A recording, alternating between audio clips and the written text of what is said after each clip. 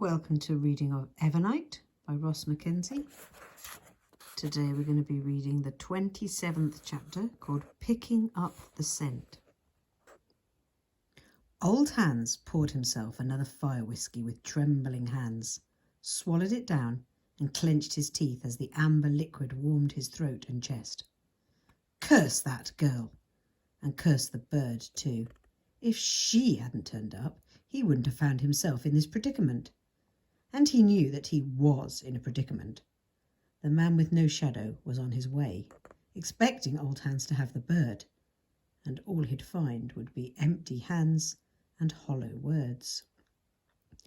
A huge raven swooped in through the window, making Old Hans cry out.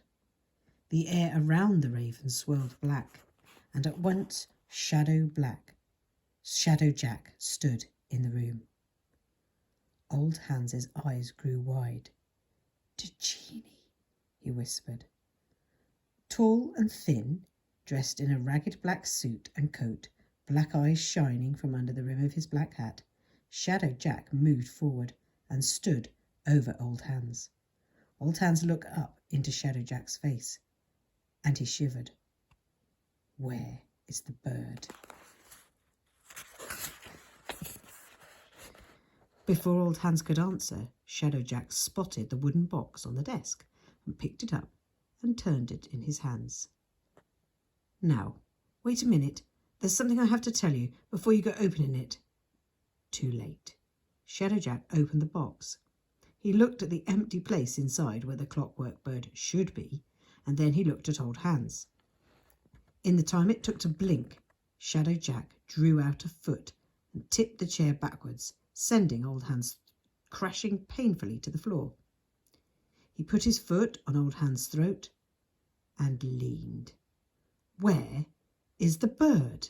he said again. "Give it to me. It is Mrs. Hester's property." He released the pressure. Old Hans gasped and wheezed. "It were here. I swear it.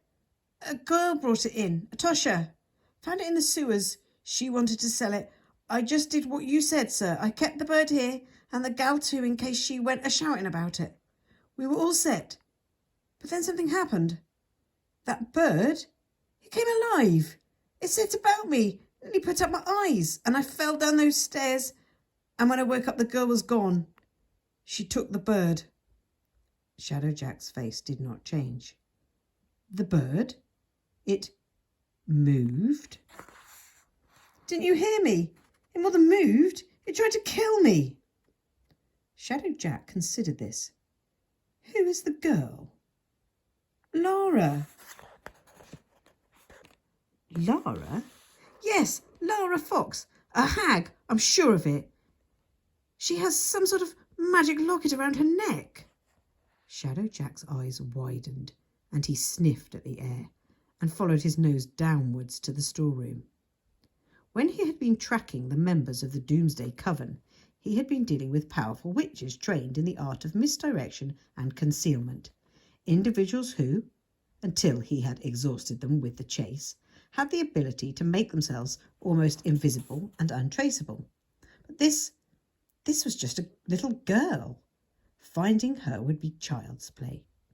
He took one last sniff of the dusty air in Old Hans's storeroom.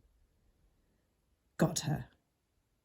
He made a move and then paused. A magical locket.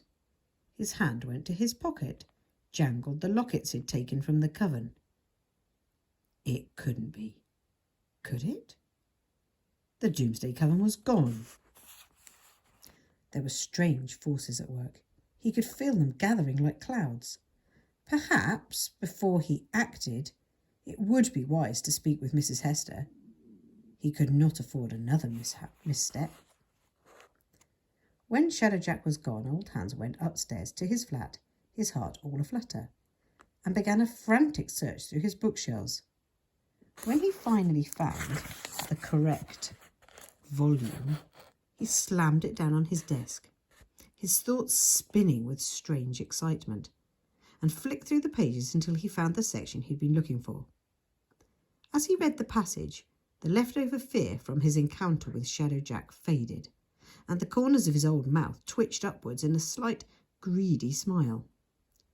Old Hans closed the book. He sat back in his chair, arms folded. He was quite sure he'd just met a genie, a real genie. But they were supposed to be long gone, weren't they? If it was a genie, just imagine the riches something like that could bring him. Shadow Jack was being controlled by Mrs. Hester, so it appeared, but that could be fixed. The cogs and wheels of old Hans's sharp little mind were already beginning to formulate an idea.